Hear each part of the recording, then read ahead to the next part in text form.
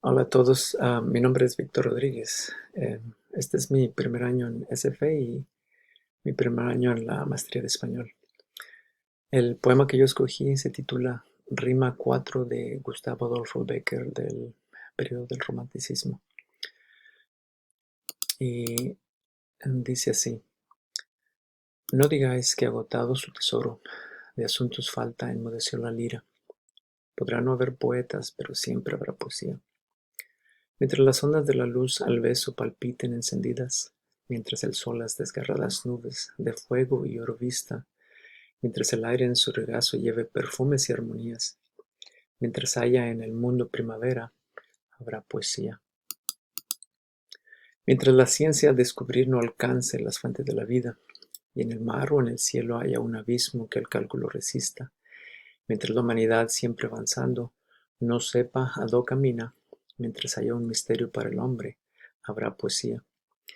Mientras se sienta que se ríe el alma y sin que los labios rían, mientras se llore sin que llanto acuda a nublar la pupila, mientras el corazón y la cabeza batallando prosigan, mientras haya esperanzas y recuerdos, habrá poesía.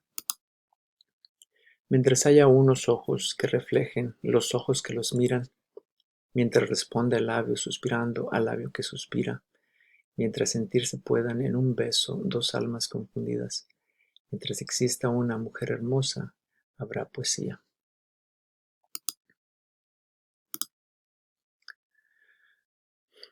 Este hermoso poema de Gustavo Adolfo Bécquer, como lo mencionaba, pertenece al periodo literario del Romanticismo. Este movimiento surge a principios del siglo XIX como contraposición o reacción al neoclasicismo que imponía reglas al individuo. Una de sus características principales es el énfasis o el exaltamiento del yo por encima del grupo.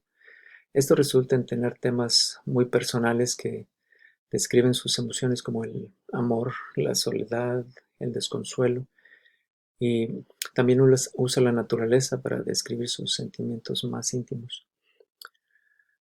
Como datos biográficos, Gustavo Adolfo Bécquer era poeta, periodista y narrador.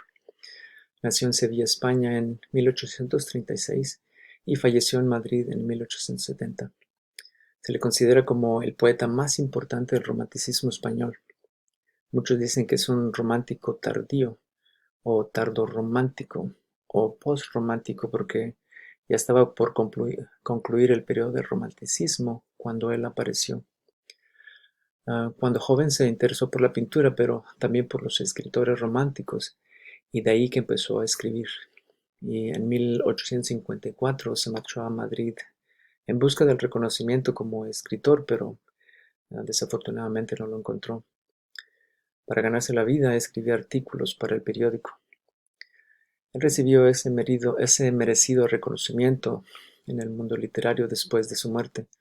Sus amigos son los que se dieron a la tarea de juntar sus poemas, y una de esas obras lleva como título Rimas, y trata temas como el amor y la poesía misma, como lo vemos en Rima 4. En cuanto al análisis crítico de Rima 4,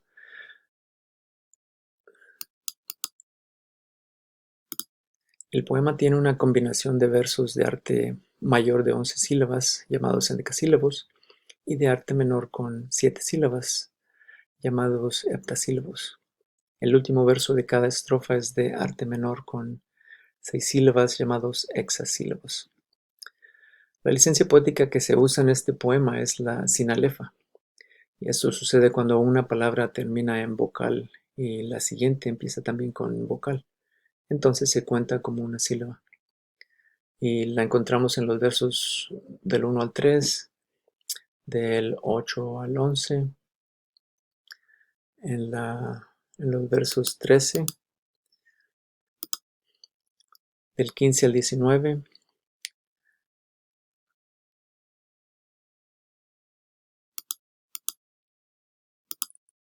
del 21, el verso 21, verso 23, verso 27, versos 29 y el 31 y el 35.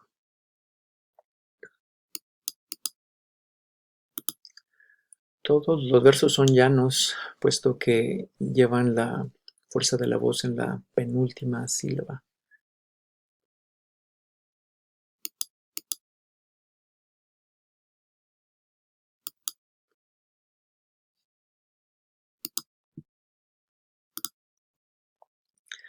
La rima de este poema es asonante, es decir, la identidad fonética ocurre solamente en los sonidos vocálicos a partir de la última vocal tónica.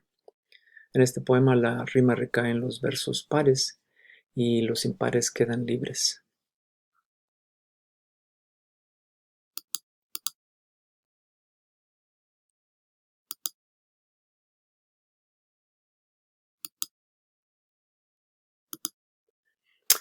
Este poema es estrófico. En cuanto al tipo de estrofa que conforman este poema, lo que encontré después de consultar mis notas es que no hay una estrofa específica que usó Becker. La lira es lo más cerca de estas estrofas, ya que usa versos heptasílabos y endecasílabos, pero no sigue el esquema de rima de A minúscula, B mayúscula, A minúscula, B minúscula y B mayúscula. Y aun si dijéramos que este poema es una silva, que puede ser flexible en cuanto al esquema de rima, aún así se supone que las liras que la componen tienen que ser de rima consonante, pero este poema tiene rima asonante. Lo que se puede concluir es que Becker está haciendo uso de un tipo de licencia poética como el que se hace al componer versos, y así en esa forma similares él se toma la libertad de usar varios tipos de versos y de estrofas en este poema.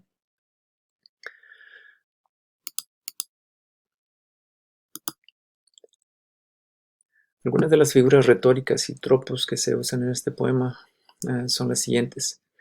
La primera es la prosopopeya o personificación, y atribuye a las cosas inanimadas o abstractas acciones y cualidades propias de los seres animados o del ser humano. El primer ejemplo está en el verso 2, que dice enmudeció la lira. Y una vez más, aquí se le atribuye a una cosa inanimada o abstracta, como es la lira, con una acción y cualidad propia de un ser humano, de un ser animado o del ser humano, como es el de enmudecer. Y de ahí la siguiente es en el versículo 5 y 6. Las ondas de la luz palpiten. Versos 7 y 8 encontramos el sol viste. Verso 9. El aire en su regazo lleve.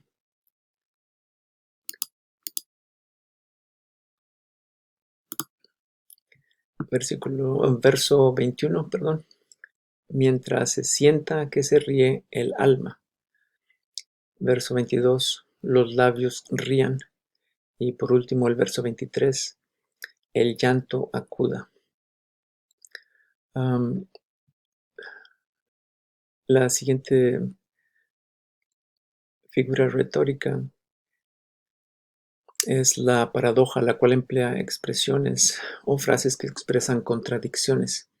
El ejemplo lo encontramos en el verso 21-22, que dice, mientras se sienta que se ríe el alma sin que los labios rían. Y aquí la contradicción de que el alma ríe, pero a la vez los labios no ríen. La anáfora es la repetición de una o varias palabras al comienzo de una frase o verso, y la encontramos en el uso de la palabra mientras en cada estrofa, con excepción de la primera estrofa.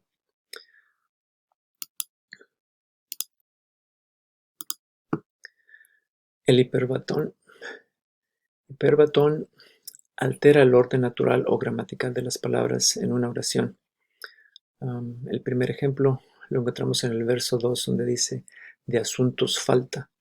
La forma natural o gramatical sería falta de asuntos.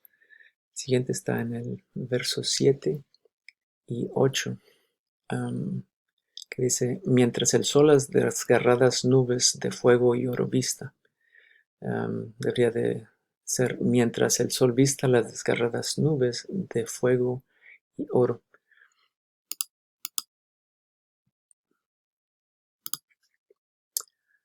A descubrir no alcance, dice el verso 13, pero debería ser no alcance a descubrir, perdón.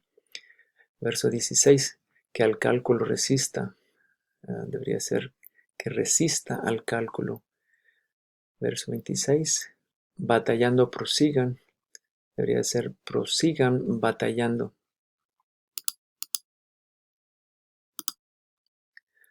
Y por último, en el verso 33 dice, mientras sentirse puedan. La forma natural o gramatical correcta sería mientras puedan sentirse.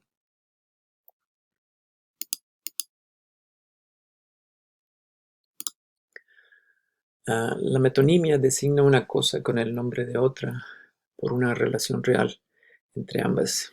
Así tenemos que la lira representa la poesía, la luz, el sol y el aire representan la naturaleza o la primavera, la ciencia, el cálculo y el misterio representan el razonamiento del hombre. La risa, el llanto, el corazón y la cabeza representan las emociones. Y los ojos, el labio, el alma y la mujer representan el amor o la belleza.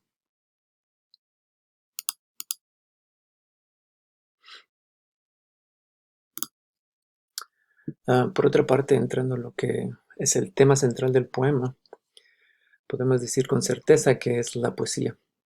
Este poema es un ejemplo de metapoesía, como la primera lección que tuvimos, que aprendimos que la metapoesía es autorreflexiva o que se trata de explicar a sí misma. También este poema trata de la permanencia de la poesía o la permanencia eterna de la poesía al compararla con ciertas cosas que no dejan de existir por ser parte de nosotros como humanos y por ser parte del mundo que nos rodea. Según Becker, el poeta no es muy importante para la existencia de la poesía. Él lo dice explícitamente en los versos 3 y 4 cuando dice, podrá no haber poetas, pero siempre habrá poesía. En otras palabras, el poeta no es indispensable. La propuesta del yo poético es que la poesía permanecerá para siempre, ya que las fuentes de inspiración para la poesía son inagotables. Y a lo largo del poema nos recuerda lo que inspira la poesía está presente en la vida del ser humano, en la naturaleza, específicamente en la primavera, en los misterios del hombre, por ejemplo, los misterios de la ciencia aún no resueltos, los sentimientos y las emociones del hombre, y finalmente la belleza, y en este caso hace referencia a la belleza de la mujer.